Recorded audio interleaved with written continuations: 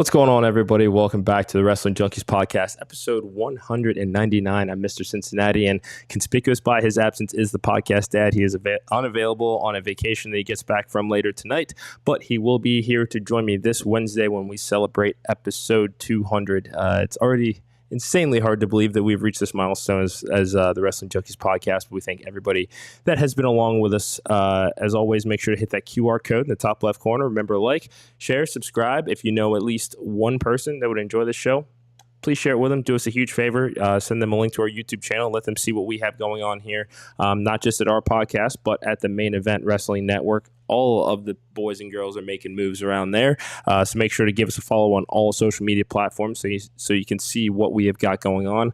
You do not want to miss these main event moves. Absolutely. Trust me.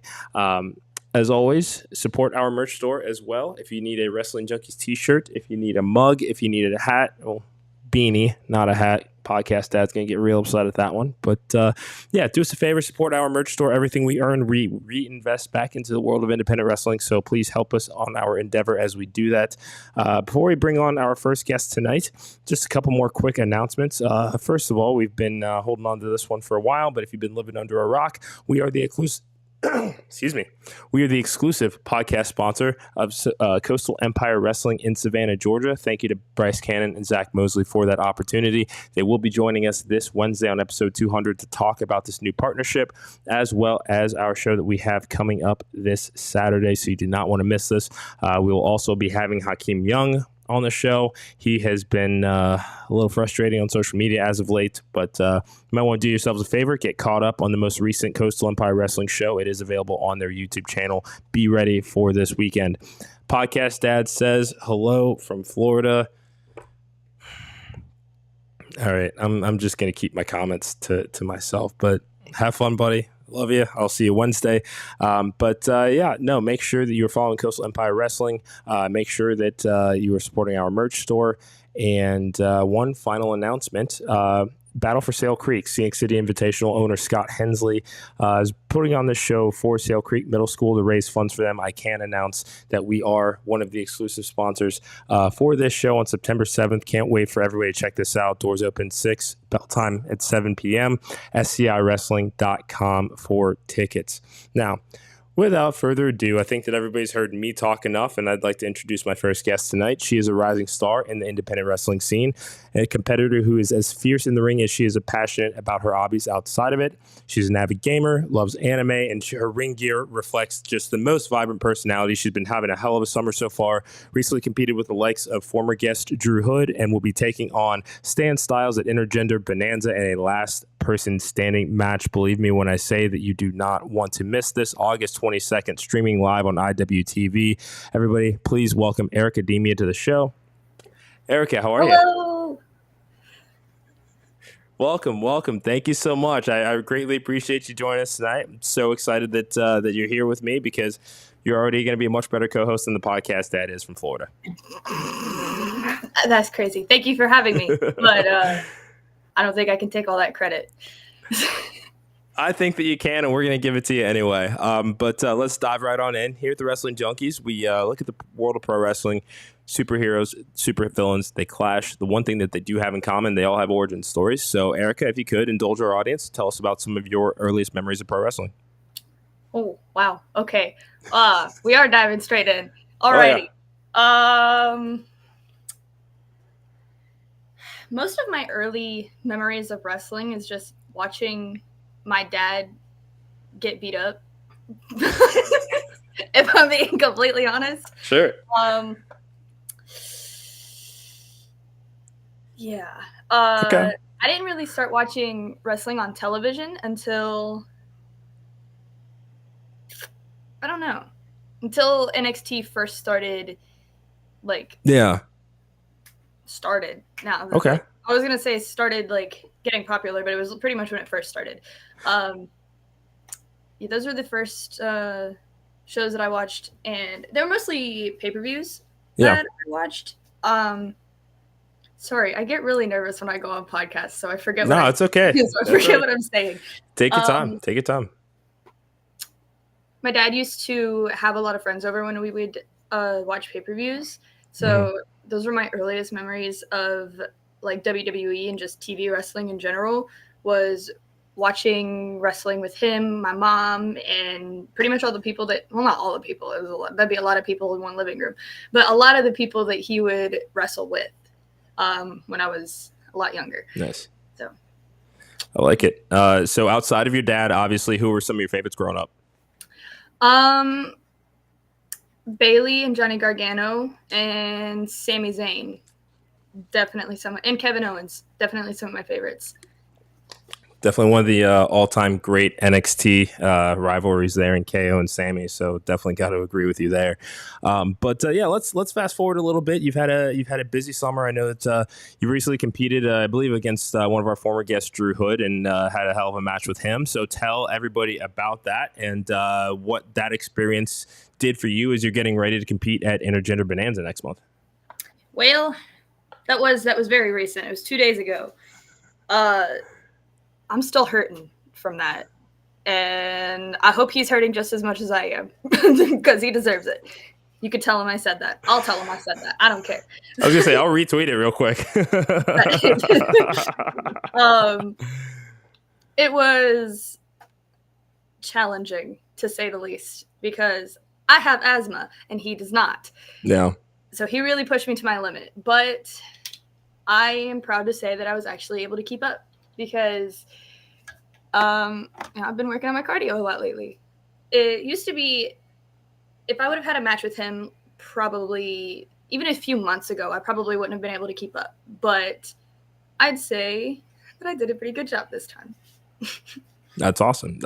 So it's definitely, I mean, because cardio, definitely feels like it can be one of those underrated aspects of wrestling training at times. If you're not super, if you're not regimented about it, that's for sure. But tell the rest of our audience what else that you have been up to this summer. Any fun matches, fun trips, etc. Whatever it is you want to talk about.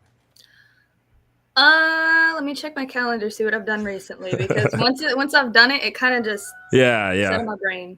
There's video game music playing. What's happening here? No, take your time. I recently did a Pro Wrestling Turbo show at I think it's called the Southeast Game Exchange. Is that right? My dad's standing right here. I'm looking for confirmation. No, that's awesome. Please don't leave. And I got to play the character Link from The Legend of Zelda, specifically the Tears of the Kingdom version, because somebody else on the show wanted to be the Ocarina of Time version, which is the one that I would have preferred to be, but I digress. Sure. And I got to wrestle a few of my best friends. They dressed up as other Smash characters because it was a Smash IRL show. One of my friends was Luigi. The other one was a giant inflatable Kirby. And then we had Stone Toad Steve Mushroom.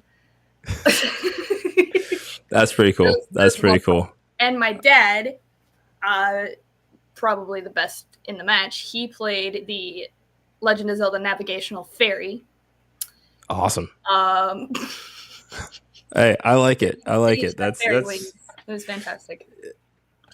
Yeah, no, that definitely gives me a chuckle there. And you've already kind of brought it up. You're an avid gamer.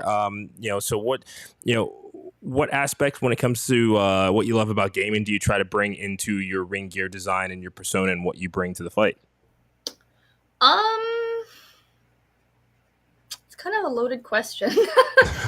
I know I focus typically more on the anime aspect of what I do in ring, but lately I've been trying to think of different ways that I can incorporate certain video game things that make sense. Yeah. Because in the Smash IRL match that I had, we did a lock-on thing where I locked on to my opponent and the fairy would fly around them, tell me their weakness, and I would just exploit that right then and there while they were frozen. Nice. But that doesn't work for every match. So that is true. Well, let's talk about August 22nd, Intergender Bonanza, last person standing match. This is, I believe, the 20th edition of Intergender Bonanza. Massive match against Stan Stylez, who's a legend. Take us through how you're feeling about this match and how it came to be. First off, I'm gonna start by saying I ain't worried. He should be the one looking out for me. Okay, he should look out for that lock-on thing. Warning you, Stan. Warning you, brother. I have beat him once, so this is a him thing. Okay, yeah, no, he's fighting from behind. He keeps talking about how he has like this big secret weapon or whatever, and I'm like, come on, brother. You think I'm scared? I'm not. Heroes don't get scared. Good answer. No, definitely cannot wait to be checking out that match. That is another event partially sponsored by the Wrestling Junkies Podcast. So we're so excited for everybody on the roster and just for everything that, Stan does for intergender wrestling and being able to put these sorts of events on. But outside of this, what else do you have coming up this summer? Where can everybody check you out? And, just tell everybody what you got going on. I'm opening my calendar back up.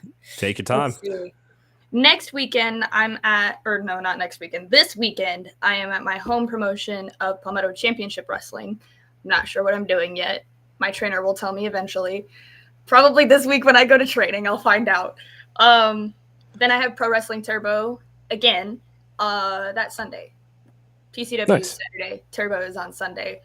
That's this weekend. And then next weekend, I have Uprising. And then possibly an opportunity on the actual Dreamwave show the next day, and I'm really excited about that. Very cool. Well, we certainly cannot wait to see what you do next. Everybody can follow Airica at Airica_Demia, DEMIA. And Airica, before we let you go, we ask every guest the question on this show, so you are no different here. When you hear the name Mr. WrestleMania, just that moniker, is it Shawn Michaels? Is it The Undertaker?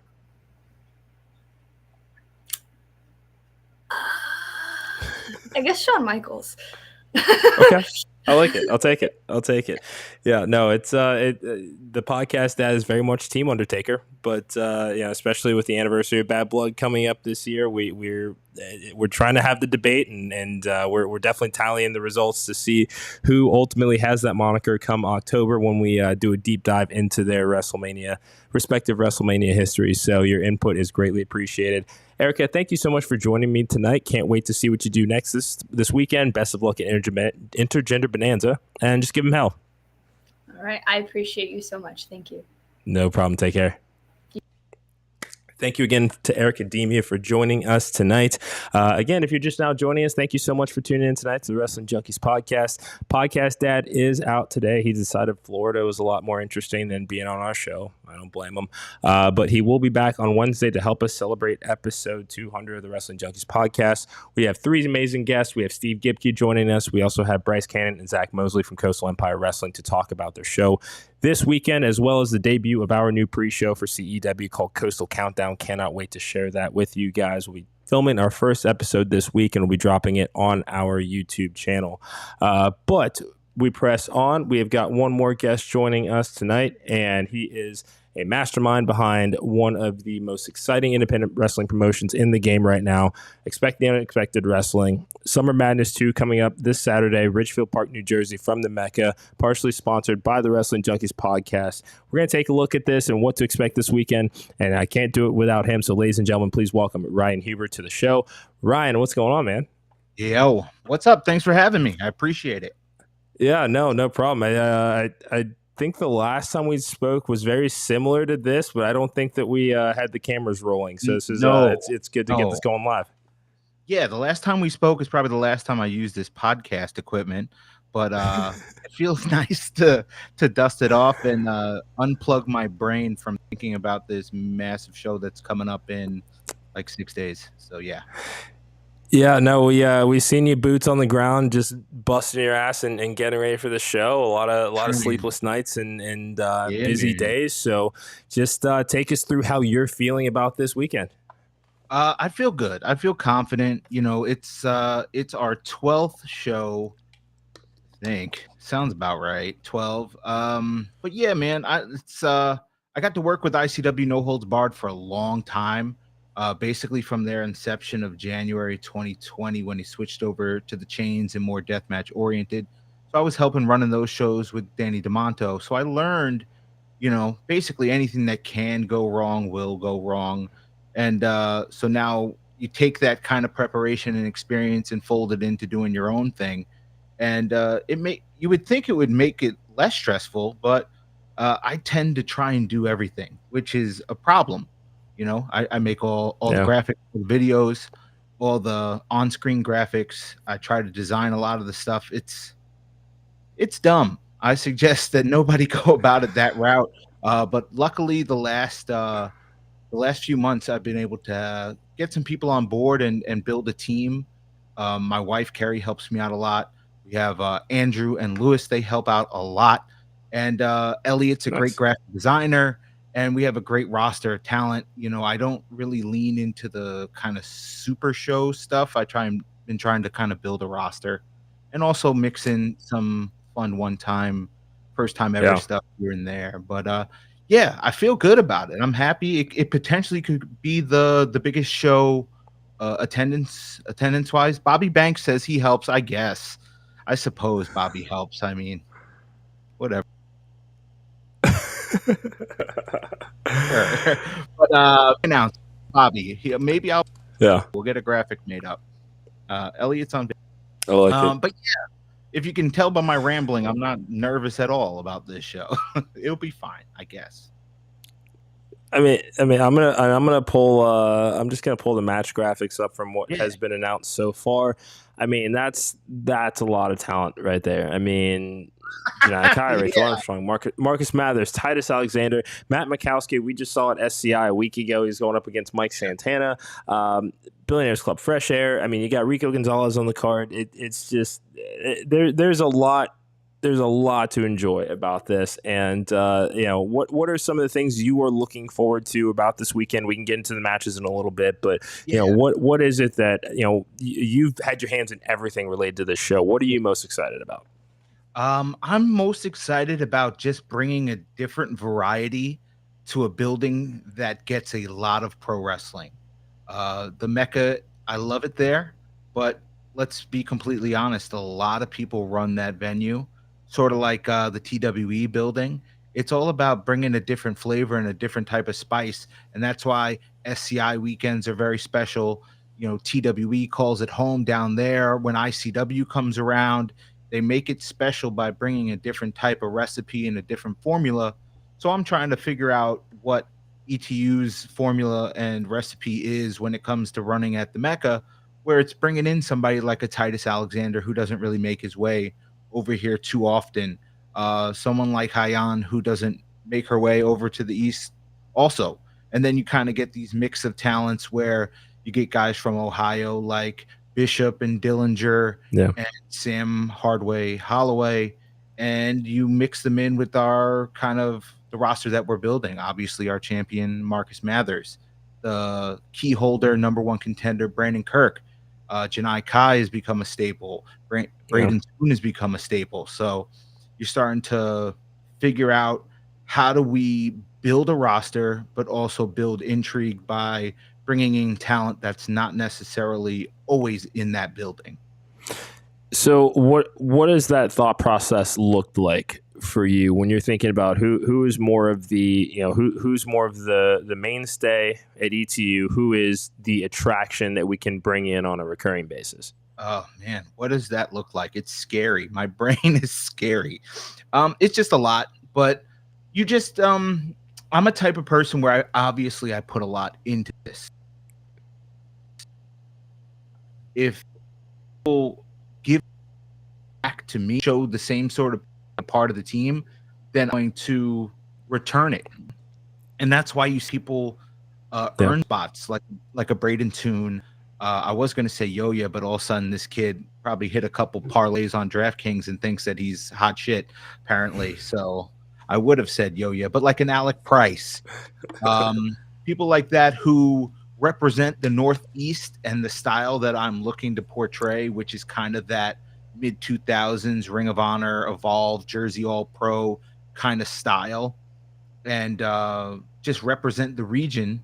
And then mostly the people who get brought in, like a Titus or the guys from Dragon Gate, it's just people who match the style. That's basically what I'm looking for, is what do you bring to the table stylistically?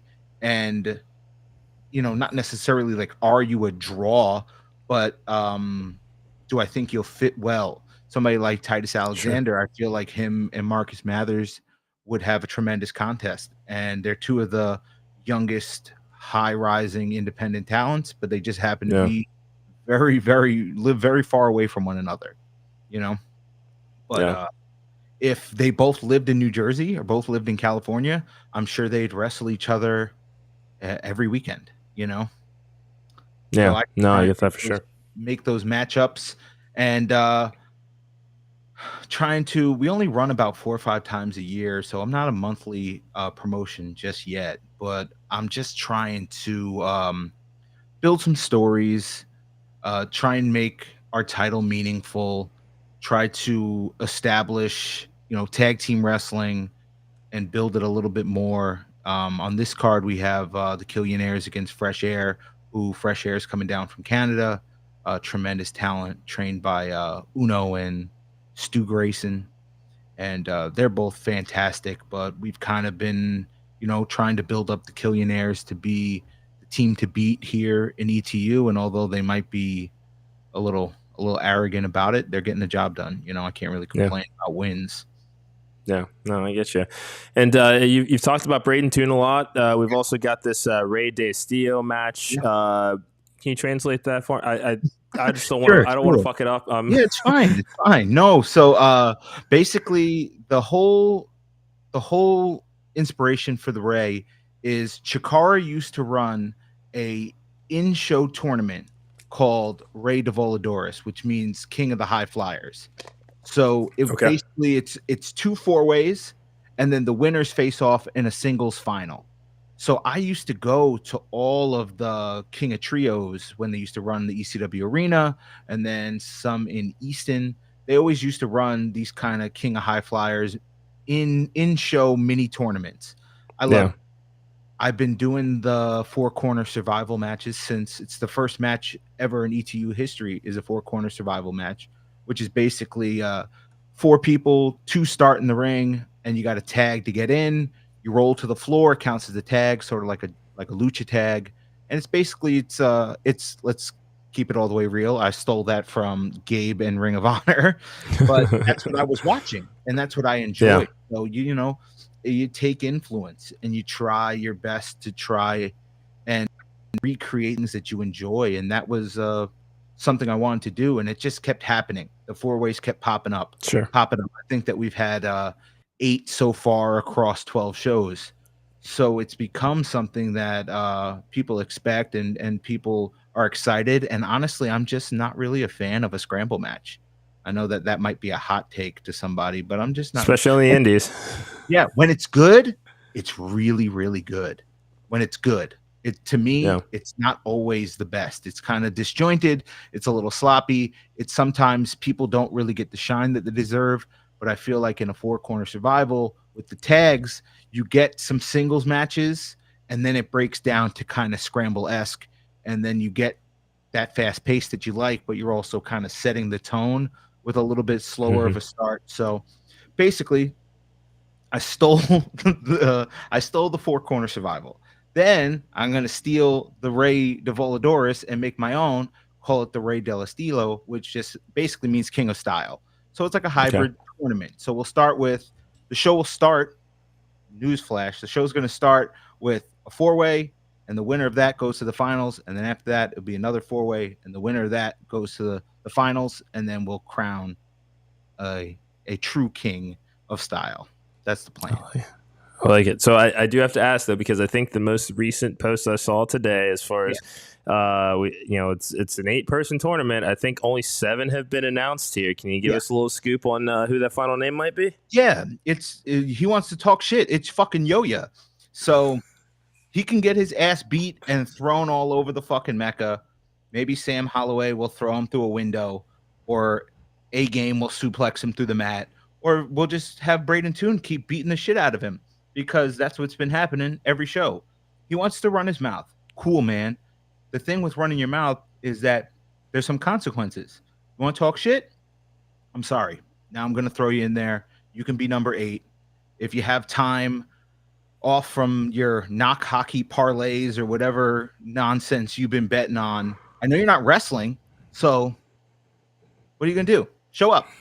I mean, you drive Janai anyway, so like, let's do it. Okay.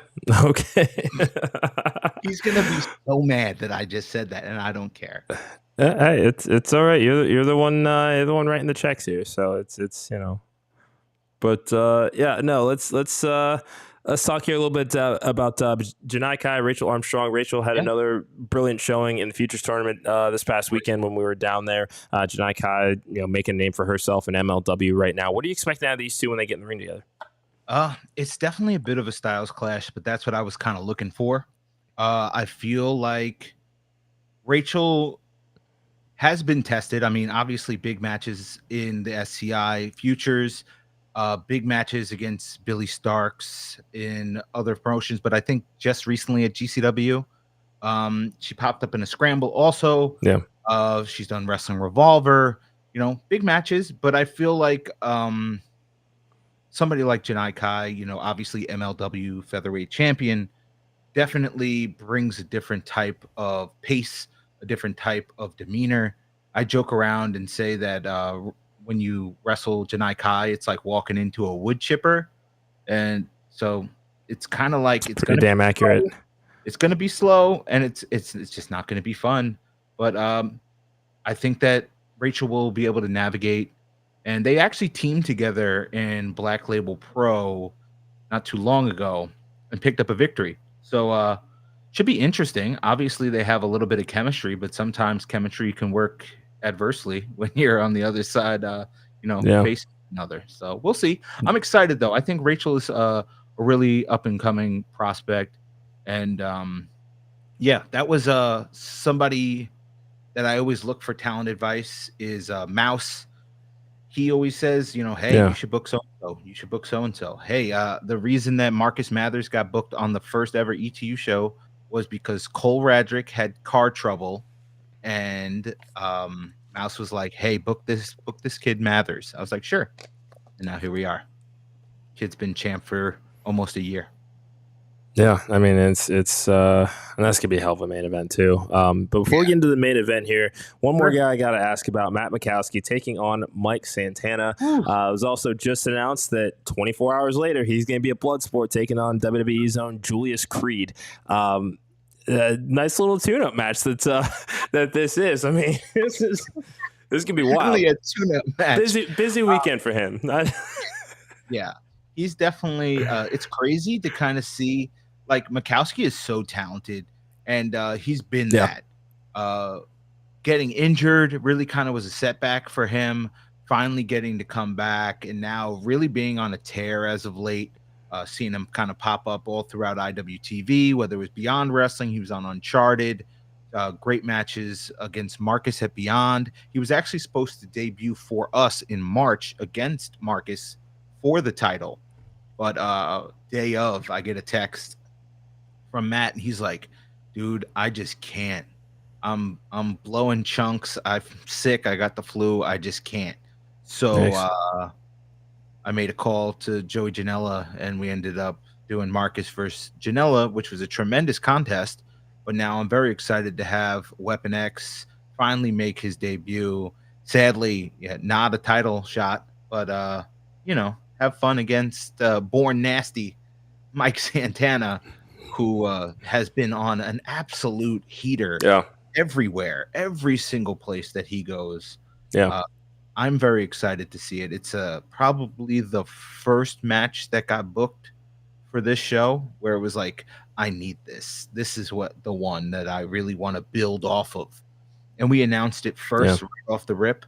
And it's definitely was the building block to this entire card. Like, whenever I look at stuff, it's like, as long as Marcus is champion, he's going to be doing the damn thing, But it's a process where, especially with somebody like a Brandon Kirk who holds our contender key, he can cash that in for a title shot whenever he chooses. So it's kind of like, well, I'm going to announce the show, and am I going to get a text from Kirk basically saying, hey, it's game time, and we'll make the match? But that didn't really ever come. Kirk basically basically is like, this is my little brother. I'm just going to play defense for him, which is kind of crazy, But sadly, defense for Brandon Kirk means he has to wrestle Josh Bishop, which is, I feel. We saw what he did to PCO. Oh, my God. Yes. That was tough. PCO is a big dude, like a big dude. And he just let him fly, which is nuts. But it was it's just one of those things where I try to look at, I don't really stick to wins losses, but I try to stick to who's been impactful. And you see somebody like a Josh Bishop in his debut last year at Summer Madness, picked up a victory in tag action, then picks up a huge victory at our Restival event against Kevin Blackwood, which kind of puts you in this kind of upper echelon of talent, because look at Blackwood. I mean, that guy is so talented. Talent tips across a bunch of different places. So a win over him definitely, pops you up. So once Kirk told me he really wasn't interested in cashing in, I was like, well, if you can beat Bishop, then that keeps Bishop away from Marcus. So, play that defense, bro. Let's see it. Smart. I mean, not smart for him, but it'd be robbing us of this main event though, and this is one I'm very, very excited about here. I mean, like you've already said it, Mathers has been on a tear, and celebrating 5 years in the wrestling business at this point, and he's one of those guys that it's only a matter of time before he gets that call, and here he is representing ETU strong. What are you thinking about this main event, man? We seeing him continue this reign? I have no clue, man. Somebody like a Titus Alexander is really just a scary opponent. You think about everything that he's done as of late, matches against Shelton Benjamin, multiple trips to Japan. If anybody's ever watched the IWTV Life of series, you see how busy somebody like a Titus is, and he trains frequently. He's in that gym. He's trying out new stuff. He's adding to the bag, and he actually just got announced for the N1 Pro Wrestling Noah, that tournament. Nice.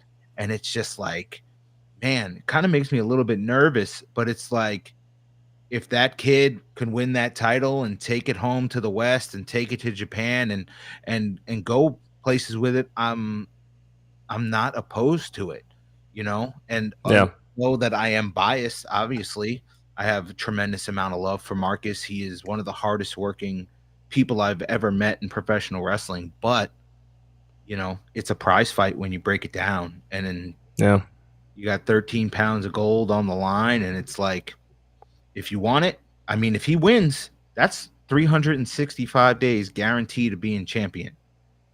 That's not. It's not easy to do. Exactly, it's not easy, and it's countless defenses too. I'm not sure exactly how many defenses. It's in the upwards of I think it's 13 or 14 maybe. So he's putting in the work, especially for a company like us when we're not running but only 4 or 5 times a year. He defended that on different companies all over the place, and that's not easy to be that type of fighting champion. Also, when you look at the schedule that Marcus Mathers has, this kid is from AEW Dark Match to getting extra at SmackDown, getting stunnered by Kevin Owens, to flying here, to flying there, to Japan, to back to Canada, to now here, to now he's going back to Japan. The kid wrestles 3-4 times every weekend, and it's I get it, you're 21, but when does the tread on the tires start to wear down? When? Could be on Saturday, so I'm not sure, but I'm not going with it. It's not. That's for sure. Yeah. But Saturday, I mean, obviously, monumental occasion for ETU. You you want to add to a legacy, and we've said it on our show, I don't know how many times since we've been advertising our sponsorship. I mean, the Mecca is one of the premier destinations in independent wrestling, streaming live on IWTV. What do you hope is what do you want the audience to take away from this show, Summer Madness? I think it's going to be a turning point for us as a company, for us as a team and the roster. I think we're going to have our biggest live crowd that we've ever had. I think that it's going to set the table for the next two shows, which will be September 26th, All I Want 3, and then our 3-year anniversary show, which will be in December. And I think it's going to set the table for just more, for an uptick in everything, for just the stories, for the competition, for the people involved behind the scenes, and for the roster who is performing. I think that it's just, I think we're going to bump it up in people's eyes, and people will take us a little bit more serious and maybe just think that, hey, this is a premier independent wrestling company, not just one of the fun indies on the Northeast. It's something I want to be must-watch wrestling. I want to be that people set an alarm on their phone to get to the television to watch ETU. I want to expand our viewership. I want to expand our attendance when it comes to live shows. And I also want to be able to connect with more talent worldwide. I want to be able to go to Japan and work with Dragon Gate. I want them to come back and us work together again. I want to expand with companies in Mexico and Canada. I just want to do more. And I think it all starts at Summer Madness by having the show of the summer that just basically smokes anybody else. And that's the plan. Love it. Absolutely. Absolutely love it. I can't wait to see what you guys do next. I mean, we've been running for about a year and a half now. I think we first met you probably 6-8 months ago. And you've certainly been very helpful to us as far as our journey. You started in this seat just like we did. And we're just trying to, a couple of guys trying to, grow this brand and make it something viable as well. And we certainly thank you for your help. And we, again, Junkies are always here to support ETU. That. You can catch ETU Summer Madness streaming live this weekend, 8 p.m. That is correct. IWTV. Yes. Mecca, Ridgefield Park, New Jersey. Ryan, before we let you go here, same question we posed to Airica. We got to talk about it. Even I'm not gonna, just because of Shawn Michaels' birthday, I'm not gonna cloud the judgment too much. But I know the answer. Mr. WrestleMania moniker is Shawn Michaels or the Undertaker. What you got, my friend? It's HBK. It's not close. It's not even close. Come on. Thank you. HBK. I agree with you. Podcast Dad, not so much. Whatever story, we'll have a different conversation at another time for me to lay into Podcast Dad, but it's HBK. It's not close, and that's just it. And I like the Undertaker.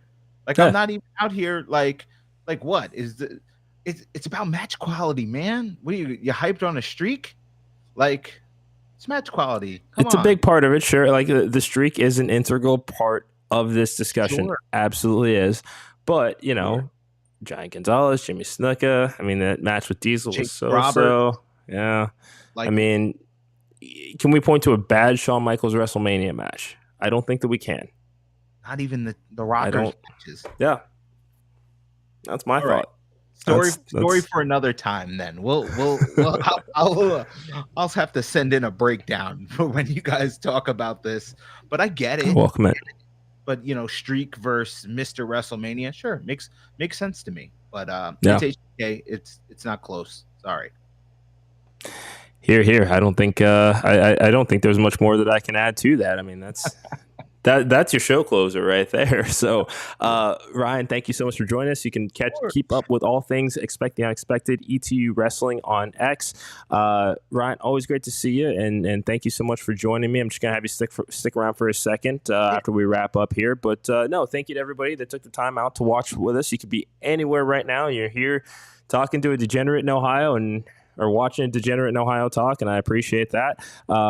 No show tomorrow night, but we will be back Wednesday with episode 200. Steve Gipke joins the show. Bryce Cannon, Zach Mosley talking all things Coastal Empire Wrestling. This Thursday, we have got TJ Sykes from Summit Pro Wrestling in Pennsylvania, as well as Hakeem Young to explain his actions against Rob Killjoy and Michael Walker. And if his Twitter discourse this week has been any indication, I think that I better take my Tums now. So make sure that you're following us on YouTube, on all of our social media channels. Hit that QR code. Remember to like, share, subscribe. Seriously, if you know just one person that would enjoy our show, please do us a huge favor and share it with them. Again, we will be back Wednesday night. You can keep up with us on all of our social media channels at Junkies Pod. Ryan, thank you so much. And just hang tight for a second. That's going to do it for us. For a very, very absent podcast dad, I am Mr. Cincinnati. This has been the Wrestling Junkies Podcast. We'll talk to you guys Wednesday.